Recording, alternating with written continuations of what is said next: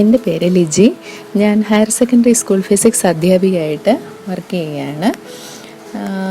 Team NSS 1038 എല്ലാ പ്രവർത്തനങ്ങളും നല്ല നിലവാരം പുലർത്തുന്നതായിട്ട് എനിക്ക് മനസ്സിലാക്കാൻ കഴിഞ്ഞിട്ടുണ്ട്.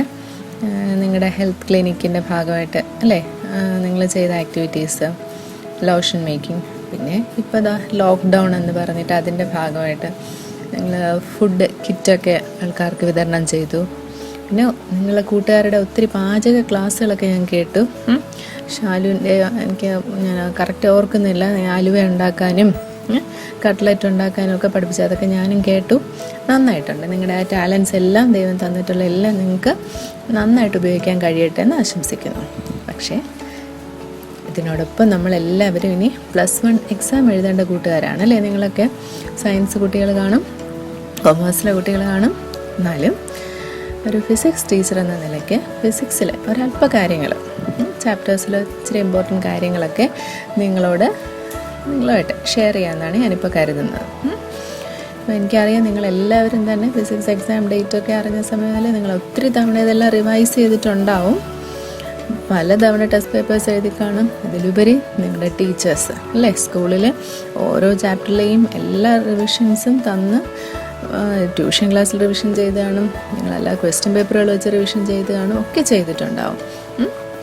എന്നാലും നമ്മളിപ്പോൾ 1 മാസത്തോളം അല്ലേ ലോക്ക്ഡൗൺ എന്നും പറഞ്ഞ് ഇതുവരെ നമ്മളൊന്നും അനുഭവിക്കാത്തൊരു പ്രതിഭാസമായിരുന്നു അല്ലേ. ലോക്ക്ഡൗൺ എന്നും പറഞ്ഞ് കൊറോണ വൈറസിൻ്റെ ഭീതിയിൽ നമ്മളിങ്ങനെ ആയിരുന്നു, കുറച്ച് വീട്ടിലായിരുന്നു അല്ലേ. സ്റ്റേ ഹോം എന്നുള്ള ഒരു ഇതായിരുന്നു നമ്മുടെ മുദ്രാവാക്യമൊക്കെ. അപ്പോൾ അതിൻ്റെ ഭാഗമായിട്ട് വീട്ടിലിരുന്ന് കുറച്ചൊക്കെ പരീക്ഷയുടെ ഇതിൽ നിന്ന് ആ ഒരു ട്രാക്കിൽ നിന്ന് നമ്മളൊന്ന് മാറിപ്പോയിട്ടുണ്ട്. അപ്പോൾ നിങ്ങളെ തിരിച്ച് ആ ട്രാക്കിലേക്ക് കൊണ്ടുവരാനായിട്ട് അല്ലേ, നമ്മളെ എക്സാമിന് വേണ്ടി നിങ്ങളെ പ്രിപ്പയർ ചെയ്യിക്കുക എന്നുള്ളതാണ് ഇപ്പോൾ നിങ്ങളുടെ NSSൻ്റെ കോർഡിനേറ്റർ സാറിൻ്റെ ഉദ്ദേശം. അപ്പോൾ സാറിൻ്റെ ഈ ഇനിഷ്യേറ്റീവിന് എല്ലാവിധ ഭാവുകങ്ങളും നേരുന്നു. അത് നിങ്ങളെല്ലാവരും പ്രയോജനപ്പെടുത്തുക. കുറച്ച് നിങ്ങളെ ടീച്ചേഴ്സൊക്കെ പറഞ്ഞത് നിങ്ങൾ കേട്ട് മടുത്ത കാര്യങ്ങളും തന്നെ ആയിരിക്കും. എന്നാലും ജസ്റ്റ് ഒന്ന് പഠിച്ചു കഴിഞ്ഞിട്ടൊന്നൊരു റിവിഷൻ, ഞാനിതെല്ലാം നോക്കിയിട്ടുണ്ടോ, ഇതിലേതെങ്കിലും ഞാൻ വിട്ടുപോയിട്ടുണ്ടോ എന്നുള്ള രീതിയിൽ ഇതൊന്ന് നോക്കാനായിട്ട് ശ്രമിക്കുമെന്ന് കരുതുന്നു. അപ്പോൾ ഇതിൽ പിന്നെ ചാപ്റ്റേഴ്സിലേക്ക് കടക്കുന്നതിന് മുമ്പ് ഒരു കാര്യം നിങ്ങളോട് എനിക്ക് പറയാനുള്ളത്, സാധാരണ എക്സാം ടൈമിൽ ഒരു കൂൾ ഓഫ് ടൈം എന്ന് പറഞ്ഞൊരു സംഭവമുണ്ട് അല്ലേ. അപ്പം നമ്മളത് ക്വസ്റ്റ്യൻ പേപ്പർ കിട്ടിയിട്ട് അപ്പുറത്തോട്ട് നോക്കി ഇപ്പുറത്തോട്ടൊക്കെ നോക്കിയിരിക്കുന്ന ഞാൻ കണ്ടിട്ടുള്ളേ.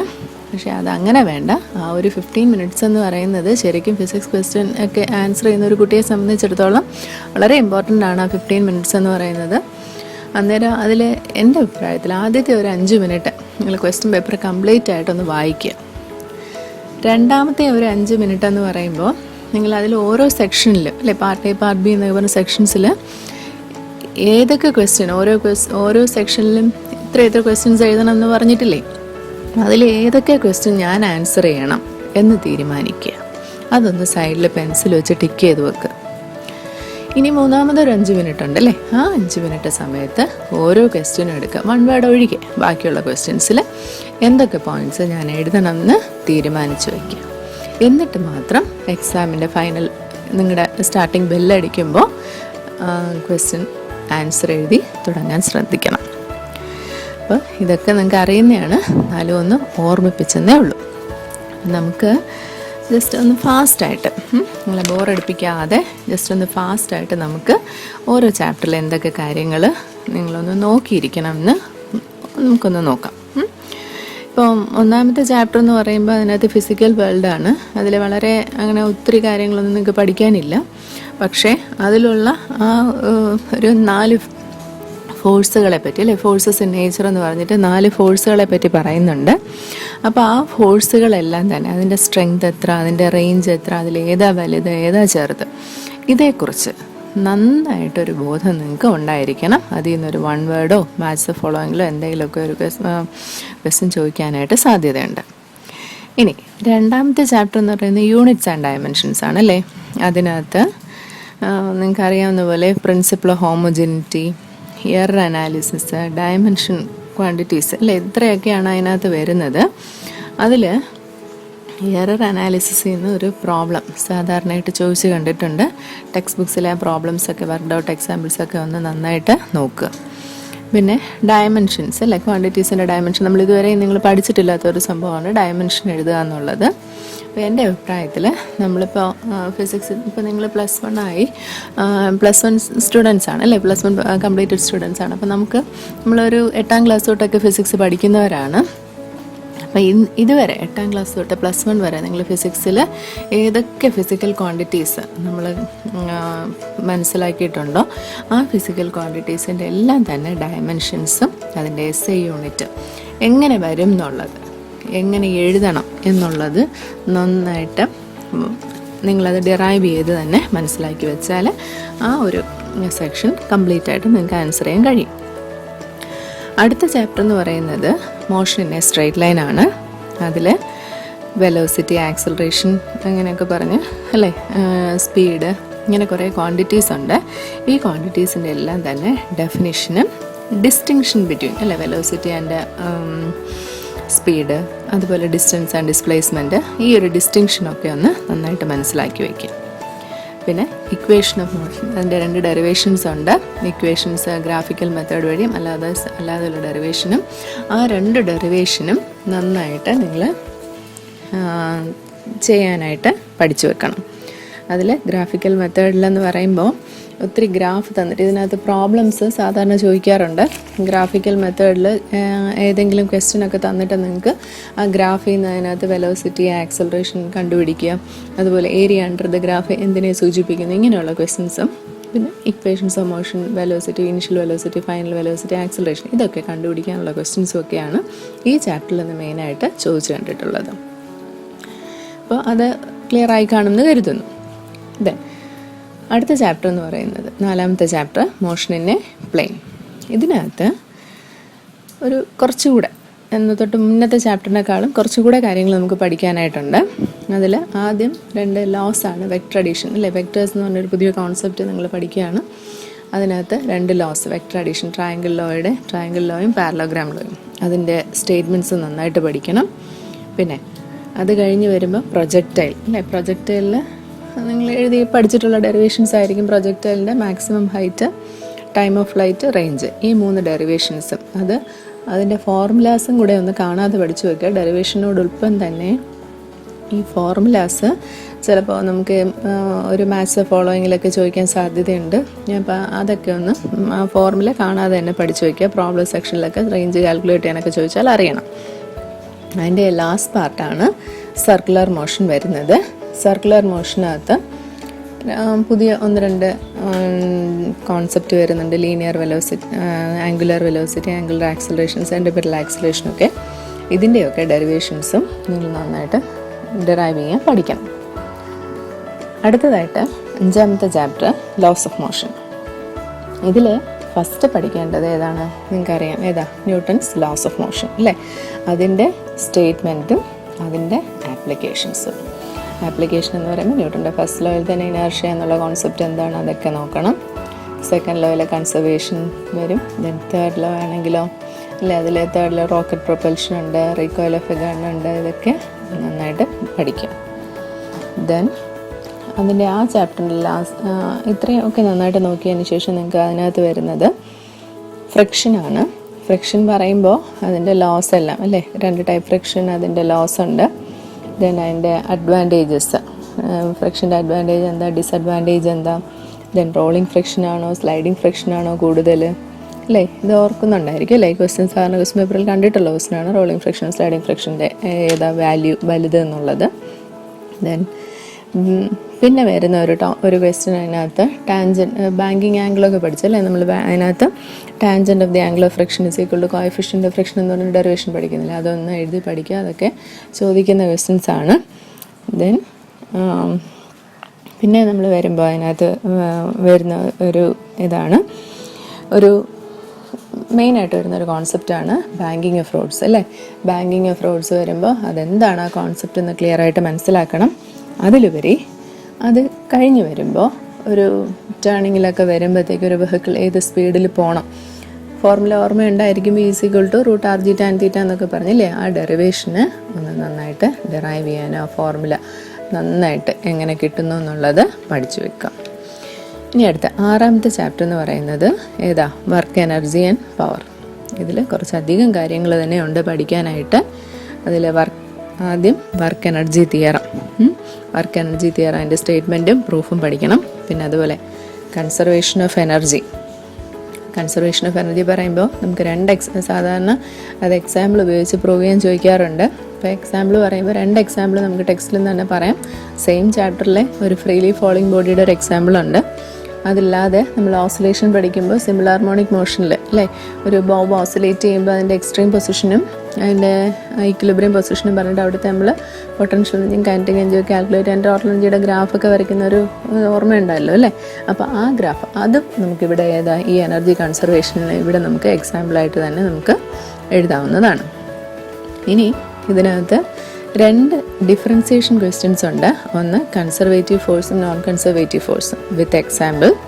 അതുപോലെ ഇലാസ്റ്റിക് ആൻഡ് ഇൻഇലാസ്റ്റിക് ഫോഴ്സും. അതും നന്നായിട്ട് ഡിസ്റ്റിങ്ഷൻ പഠിച്ചു വെക്കുക. ഇനി ഈ കൊളിഷനെ സംബന്ധിച്ചിടത്തോളം ആ കൊളിഷൻ പാർട്ട് ഡെറിവേഷനിൽ നിങ്ങൾ ഒരു 3-4 കേസസ് നമ്മൾ പഠിക്കുന്നുണ്ട്. അതായത് ഒരു 2 ഒബ്ജക്ട്സ് കൊളൈഡ് ചെയ്യുമ്പോൾ അതിൻ്റെ 2 മാസും സെയിം ആയാൽ അത് കൊളിഷൻ്റെ velocity before collision after collision ആ വെലോസിറ്റീസിനെ എങ്ങനെ ബാധിക്കുന്നു, അങ്ങനെയുള്ള ആ ഒരു ഡെറിവേഷൻ നോക്കി വയ്ക്കണം. അതിൻ്റെ എഫക്റ്റ് എന്താണെന്നുള്ളത്, പിന്നെ അതിൻ്റെ റിലേറ്റീവ് വെലോസിറ്റീസ് കാൽക്കുലേഷനും ഇത് ഇത്രയും നോക്കി വയ്ക്കാം. ഈ ചാപ്റ്ററിൽ നിന്ന് സാധാരണ പ്രോബ്ലംസ് ചോദിക്കാറുണ്ട്. അതുകൂടെ നന്നായിട്ട് ടെക്സ്റ്റ് ബുക്കിൽ നിന്ന് പ്രോബ്ലംസ് വർക്കൗട്ട് ചെയ്ത് പഠിക്കുക. ദെൻ 7th ചാപ്റ്റർ എന്ന് പറയുന്നത് സിസ്റ്റം ഓഫ് പാർട്ടിക്കിൾസ് റൊട്ടേഷണൽ മോഷനാണ്. ഇതുവരെയും പഠിച്ചിട്ടില്ലാത്ത റൊട്ടേഷൻ എന്നൊരു ടേം നമുക്ക് ഫെമിലിയർ ആണെങ്കിലും നിങ്ങൾ ഇതുവരെയും പഠിച്ചിട്ടില്ലാത്ത ഒരു ഏരിയയാണ് റൊട്ടേഷണൽ മോഷൻ. എസ്പെഷ്യലി ആദ്യമായിട്ട് ഇൻട്രൊഡ്യൂസ് ചെയ്യുന്ന ഒരു കോൺസെപ്റ്റാണ് മൊമെൻ്റ് ഓഫ് ഇനർഷ്യ എന്ന് പറയുന്നത്. ആ മൊമെൻ്റ് ഓഫ് ഇനർഷ്യ എന്ന് പറയുന്ന കോൺസെപ്റ്റിൽ മെയിനായിട്ട് മൊമെൻ്റ് ഓഫ് ഇനർഷ്യയിൽ നമുക്ക് മൊമെൻ്റ് ഓഫ് ഇനർഷ്യയുടെ ഡെഫിനിഷൻ എന്നുള്ളതുപരി അതുമായിട്ട് ലിങ്ക് ചെയ്ത് വരുന്ന കുറച്ച് ഫോർമുലാസിൻ്റെ ഡെറിവേഷൻസ് ഒക്കെ ഉണ്ട്. അതൊക്കെ നോക്കി വെക്കണം. അതിൽ പറയാൻ വിട്ടുപോയി, അതിൻ്റെ ചാപ്റ്ററിൽ ആദ്യത്തിൽ സെൻറ്റർ ഓഫ് മാസിൻ്റെ വെലോസിറ്റി കാൽക്കുലേഷനും ആ ഒരു ഡെറിവേഷൻ നോക്കണം. അത് കഴിഞ്ഞ് വരുമ്പോൾ ടോർക്ക് അല്ലേ, എന്താണ് ടോർക്ക് എന്നുള്ളത് അത് നോക്കി വെക്കണം.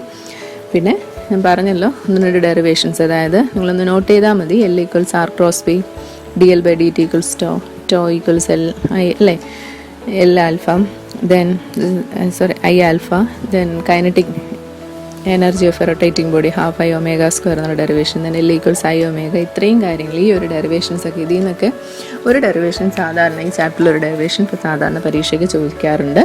അത് നന്നായിട്ട് ഡിറൈവ് ചെയ്ത് പഠിക്കാം. നമ്മൾ ഈ ചാപ്റ്ററിലെ ഡെറിവേഷൻ്റെ പ്രത്യേകത, സാധാരണ ഡെറിവേഷൻസ് നമ്മൾ വെറും പ്ലസ് ഓർ മൈനസ് ഡെറിവേഷൻസ്, ഇവിടെ വരുമ്പോഴത്തേക്കും ഇതൊക്കെ നമുക്ക് ഡിഫറൻസിയേഷൻ്റെ ഹെൽപ്പോടുകൂടെയാണ് ചില ഡെറിവേഷൻസ് ഒക്കെ ചെയ്യുന്നത്. അപ്പോൾ അതുകൊണ്ട് അത് നിങ്ങൾക്ക് അത്രയും ഒരു ഫെമിലിയർ ആയിരിക്കില്ല. നിങ്ങൾ വായിച്ച് പഠിച്ചാൽ അത് ശരിയാവില്ല. അതുകൊണ്ട് നന്നായി എഴുതി തന്നെ അത് പഠിക്കാൻ ശ്രദ്ധിക്കണം. ഈ ചാപ്റ്ററിൻ്റെ ലാസ്റ്റ് വരുമ്പോൾ ഒരു മോഷൻ ഓഫ് an ഓബ്ജക്റ്റ് അല്ലേ, ഒരു റോളിങ് ഓബ്ജക്റ്റ് ഒരു ഹൊറിസോണ്ടൽ സർഫസിലോ അല്ലെങ്കിൽ ഒരു ഇൻക്ലൈൻഡ് സർഫസിലോ ഒരു ഒബ്ജക്റ്റ് റോൾ ചെയ്യുമ്പോൾ അതിൻ്റെ മൊമെൻ്റ് ഓഫ് ഇനർഷ്യയുടെ എഫക്റ്റ് വരുന്ന അല്ലേ ഒരു നിങ്ങൾ ആ ചാപ്റ്ററിൻ്റെ ലാസ്റ്റ് പാർട്ടിലുണ്ട്. അതും വർക്കൗട്ട് ചെയ്ത് പഠിക്കണം. Then next chapter is gravitation. അതിൽ ഗ്രാവിറ്റേഷൻ പറയുമ്പോൾ തന്നെ 2 ലോസ് അവിടെ വരുന്നുണ്ട്, യൂണിവേഴ്സൽ ലോ ഓഫ് ഗ്രാവിറ്റേഷനും കെപ്ലേഴ്സ് ലോസും. അത് രണ്ടും കാണാതെ പഠിക്കാം. ദെൻ 2-3 ഡെറിവേഷൻസ്, അതായത് ജിയുടെ വാല്യൂ, സ്മോൾ ജിയുടെ ആക്സിലേഷൻ ഡ്യൂ ടു ഗ്രാവിറ്റിയുടെ വാല്യൂ അല്ലേ, G = എത്രയാണ്, Gm/r² എന്നുള്ള ആ ഒരു ഡെറിവേഷൻ. പിന്നെ നമ്മുടെ ആക്സിലേഷൻ സ്മോൾ ജി എങ്ങനെ വേരി ചെയ്യുന്നു എന്നുള്ളത്. ഇപ്പോൾ എർത്തിൻ്റെ സർഫസിൽ ജിയുടെ വാല്യൂ എന്താ, പോൾസിൽ എന്താ വാല്യൂ, അത് ഷേപ്പിനനുസരിച്ച് എങ്ങനെ മാറുന്നു. പിന്നെ അതുപോലെ എർത്തിൻ്റെ സർഫസിൽ നിന്ന് ഒത്തിരി ഹൈറ്റിലേക്ക് പോയാൽ ജിയുടെ വാല്യൂ എങ്ങനെ മാറുന്നു, അല്ല ഡെപ്തിലേക്ക് പോയാൽ എങ്ങനെ മാറുന്നു. ഡെറിവേഷൻ നിങ്ങൾക്ക് ഓർമ്മ ആണ് അല്ലേ. ആ ഒരു ഡെറിവേഷൻ ഇത് സാധാരണ ആ ഒരു 4 മാർക്ക് അല്ലെങ്കിൽ 5 മാർക്ക് വരുന്ന ലാസ്റ്റ് പാർട്ട് സെക്ഷനിൽ ഡെറിവേഷൻ പാർട്ടിൽ വരുന്ന ഒരു ക്വസ്റ്റ്യൻ ആണിത്. അത് ഡിറൈവ് ചെയ്ത് പഠിക്കുക. ദെൻ അവിടെ വരുന്ന ചാപ്റ്ററിൽ escape velocity, orbital velocity, second cosmic velocity എന്നൊക്കെ പറഞ്ഞാൽ അതിന് വേറെ പേരുകളൊക്കെ ഉണ്ട്. അപ്പോൾ ആ ഒരു ഡെറിവേഷൻസ് നോക്കി വെക്കണം. Then next chapter mechanical properties of solids. ഇതും ഈ ചാപ്റ്ററും നിങ്ങൾ ഇലാസ്റ്റിസിറ്റി എന്നുള്ള ഒരു ടേം കേട്ടിട്ടുണ്ടെങ്കിലും അതിൽ നമ്മളത് മാത്രമേ നിങ്ങൾക്ക് ഫെമിലിയർ ആയിട്ടുള്ളൂ. ബാക്കി സ്ട്രെസ്, സ്ട്രെയിൻ, മോഡുലസ് അങ്ങനെ പറഞ്ഞ് പുതിയ കുറേ കോൺസെപ്റ്റ് പഠിക്കുന്നുണ്ട്. ആ ഒരു കോൺസെപ്റ്റ് പഠിച്ചാൽ മതി. നമുക്ക് സ്ട്രെസ് എന്താ, സ്ട്രെയിൻ എന്താ, മോഡുലസ് എന്താ എന്ന് മനസ്സിലാക്കിയാൽ ആ ചാപ്റ്റർ കഴിഞ്ഞു. 3 ടൈപ്പ് മോഡുലസും എല്ലാം അതിനകത്ത് വരും. അതൊന്ന് നന്നായിട്ട് പഠിക്കുക. ഹൂക്സ് ലോ, ഇതിൽ ശ്രദ്ധിക്കേണ്ട 2 ടോപ്പിക്സ് എന്ന് പറയുന്നത്, ഒന്ന് സ്ട്രെസ് സ്ട്രെയിൻ ഡയഗ്രാം.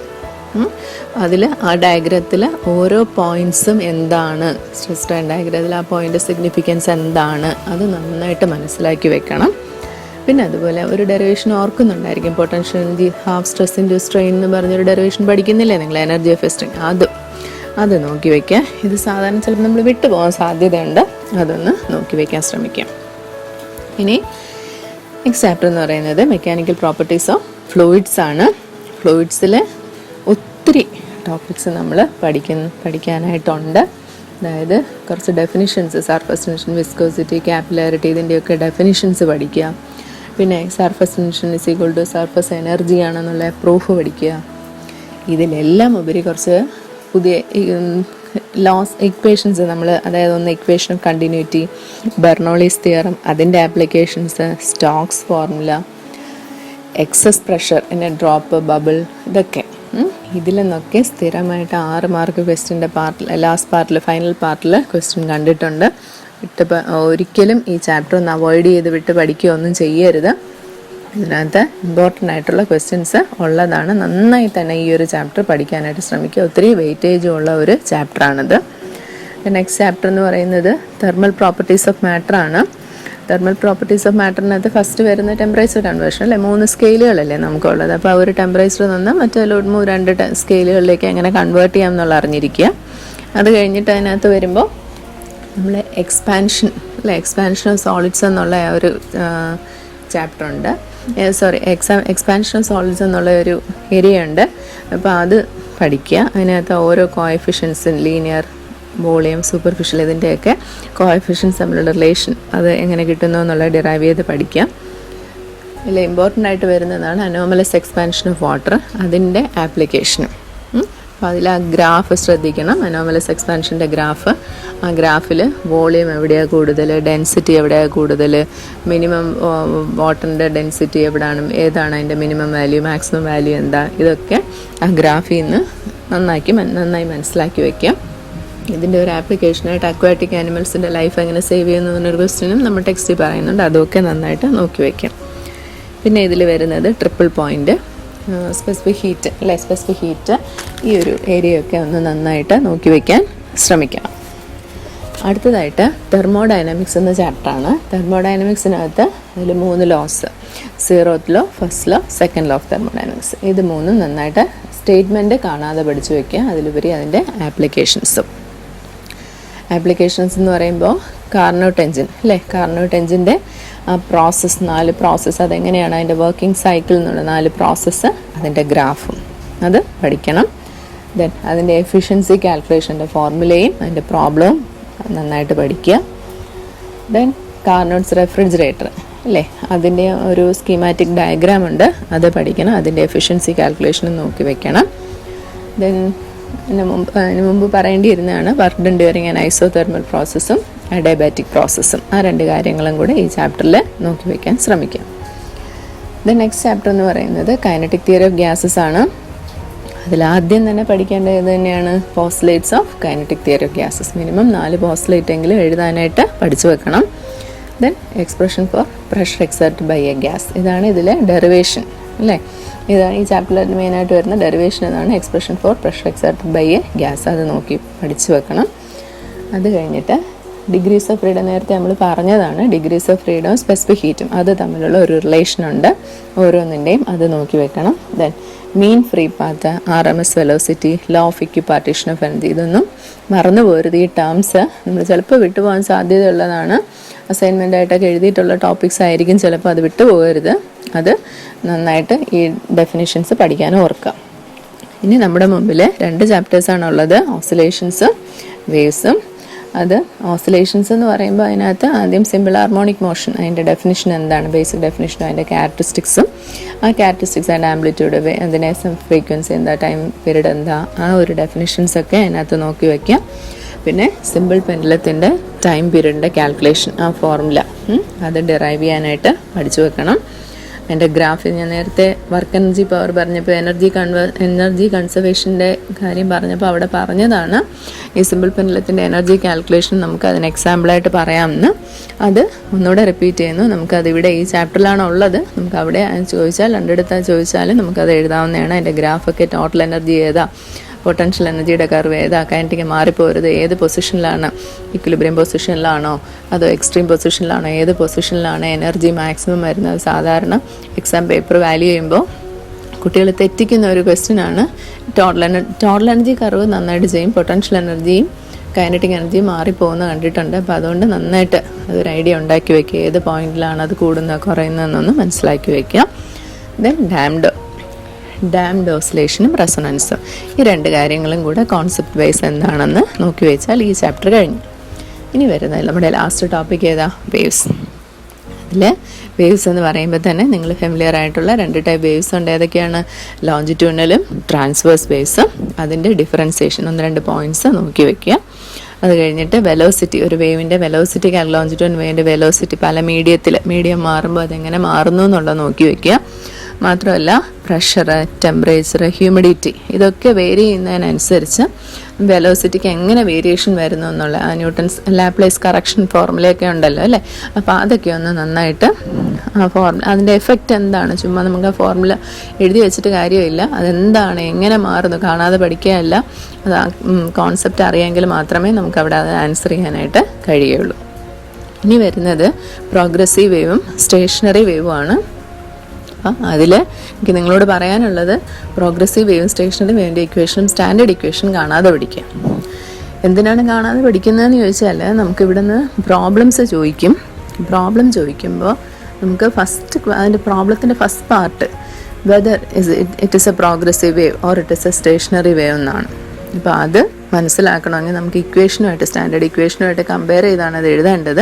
അതുകൊണ്ട് ഈ രണ്ടിൻ്റെയും പ്രോഗ്രസീവ് വേവിൻ്റെയും സ്റ്റേഷനറി വേവിൻ്റെ ഇക്വേഷൻ എന്ത് ചെയ്യണം, നിങ്ങൾ കാണാതെ പഠിക്കണം. അത് സാധാരണ കുട്ടികൾ ഈ ക്വസ്റ്റ്യൻ ടഫാണെന്ന് പറഞ്ഞാൽ പ്രോബ്ലം സെക്ഷൻ അങ്ങ് വിടും. നിങ്ങൾ അതങ്ങനെ ചെയ്യരുത്. നിങ്ങൾക്ക് നിങ്ങൾക്കിപ്പോൾ ഒരുപാട് ബുക്സൊക്കെ അവൈലബിൾ ആണ്. നിങ്ങൾക്ക് ഇപ്പോൾ ഏതെങ്കിലും ബുക്സ് നോക്കിക്കഴിഞ്ഞാൽ ഏത് ബുക്ക് നോക്കിയാലും നിങ്ങൾക്ക് ഈ ചാപ്റ്ററിൽ നിന്ന് ക്വസ്റ്റ്യൻ അത് കിട്ടും, പ്രോബ്ലം ക്വസ്റ്റ്യൻ കിട്ടും. ജസ്റ്റ് 2 ക്വസ്റ്റ്യൻ നിങ്ങൾ വർക്കൗട്ട് ചെയ്ത് നോക്കിയാൽ മതി, നിങ്ങൾക്കത് ചെയ്യാവുന്നേ ഉള്ളൂ. കാര്യം അത്രയും സിമ്പിളാണ്. ജസ്റ്റ് സ്റ്റാൻഡേർഡ് ഇക്വേഷനുമായിട്ട് കമ്പയർ ചെയ്ത് വേരിയബിൾസിൻ്റെ വാല്യൂ എടുക്കുക, ബാക്കി 1-2 ഫോർമുലയിലൂടെ നമുക്ക് സിമ്പിളായിട്ട് തന്നെ നമുക്ക് ഫുൾ മാർക്ക് നേടാവുന്ന ക്വസ്റ്റ്യൻസ് ആണ്. അപ്പോൾ അത് ആ മാർക്ക് നഷ്ടപ്പെടുത്താതിരിക്കാൻ ഈ ഫോർമുലാസ് ഒന്ന് കാണാതെ പഠിക്കാൻ ശ്രമിക്കുക.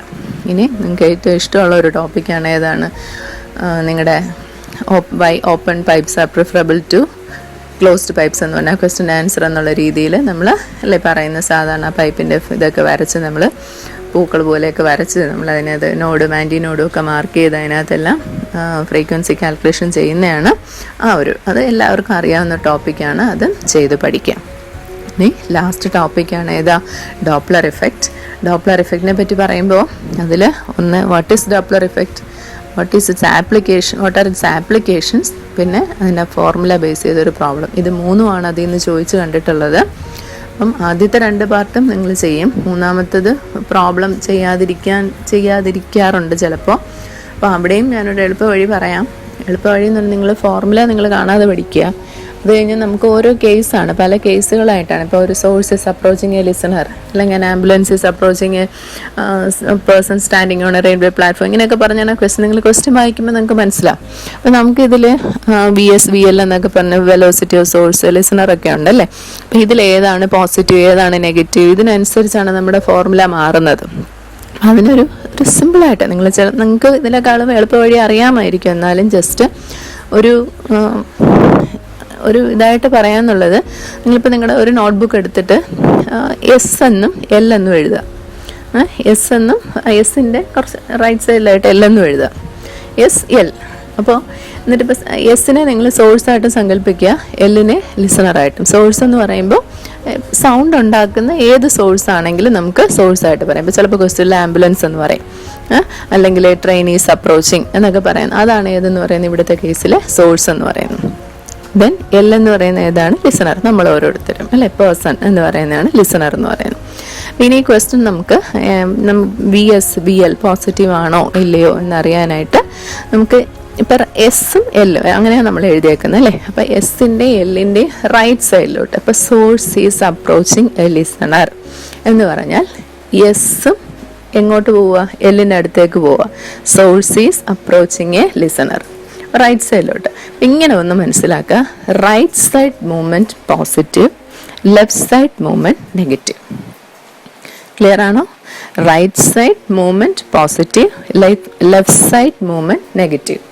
അതായത് source is approaching a listener standing on a railway platform. ഇതാണ് ക്വസ്റ്റ്യൻ എന്ന് കരുതുക. എ സോഴ്സ് ഈസ് അല്ലെങ്കിൽ train is approaching a listener standing on a railway platform എന്ന് പറയുമ്പോൾ സോഴ്സ് ഈസ് അപ്രോച്ചിങ് ലിസണറിൻ്റെ അടുത്തേക്ക് പോവുക. അപ്പോൾ എങ്ങോട്ടാണ് പോവുക? റൈറ്റിലേക്ക്. സോ VS എന്ന് പറയുന്നത് എന്തായിരിക്കും? പോസിറ്റീവ് ആണോ? ഇനി listener standing on A platform എന്നല്ലേ പറഞ്ഞിരിക്കുന്നത്. അപ്പോൾ ലിസണർ മൂവ് ചെയ്യുന്നുണ്ടോ? ഇല്ല. അപ്പോൾ VL ഈസ് ഈക്വൽ ടു എന്തുവാണ്? 0. മനസ്സിലായോ? ഇനി വേറൊരു എക്സാമ്പിളൂടെ പറയാം. both listener and the observer, both listener and the source are approaching each other. Question ശ്രദ്ധിക്കുക, both listener and the source are approaching each other എന്ന് പറയുമ്പോൾ സോഴ്സ് ലിസണറിൻ്റെ അടുത്തേക്ക് പോകുന്നു, ലിസണർ സോഴ്സിൻ്റെ അടുത്തേക്ക് വരുന്നു. ആണല്ലോ? ക്വസ്റ്റ്യൻ ക്ലിയർ ആണല്ലോ? അപ്പോൾ നോക്കുക, സോഴ്സ് ലിസണറിൻ്റെ അടുത്തേക്ക് പോകുമെന്ന് പറയുമ്പോൾ റൈറ്റ് സൈഡിലോട്ടാണ് മൂവ്മെൻറ്റ്. അന്നേരം VS എന്തുവാണ്? പോസിറ്റീവ്. ഇനി ലിസണർ ഈസ് അപ്രോച്ചിങ് ആരുടെ അടുത്തേക്ക് വരികയാണ്? സോഴ്സിൻ്റെ അടുത്തേക്കും വരുവാണ് അല്ലേ. അപ്പോൾ എന്താ സംഭവിക്കുക? ലെഫ്റ്റിലോട്ടല്ലേ വരുന്നത്. അന്നേരം VL എന്ത് വരും? നെഗറ്റീവ്.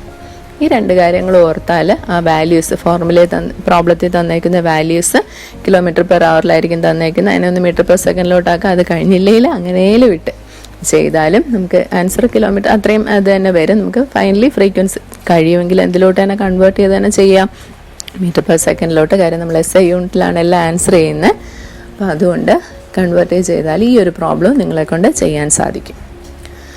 അപ്പോൾ ഒരുവിധം നമ്മളെല്ലാ ചാപ്റ്റേഴ്സും നോക്കിയിട്ടുണ്ട്. നിങ്ങൾ ഇതിലേറെ നന്നായിട്ട് നിങ്ങൾ വർക്കൗട്ട് ചെയ്ത് വെച്ചിട്ടുണ്ടായിരിക്കും. എന്തെങ്കിലും കാര്യങ്ങൾ വിട്ടുപോയിട്ടുണ്ടോ എന്ന് നോക്കുക, നന്നായിട്ട് പഠിക്കുക, എഴുതി പഠിക്കുക. ഈ ക്ലാസ് എന്തെങ്കിലും നിങ്ങൾക്ക് ഹെൽപ്ഫുൾ ആയെന്ന് കരുതുന്നു.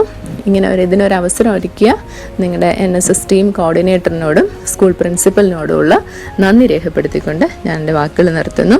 എല്ലാവർക്കും നല്ലൊരു ഫിസിക്സ് എക്സാം എഴുതാൻ നിങ്ങളെ സഹായിക്കട്ടെ എന്ന് ആശംസിക്കുന്നു. Thank you.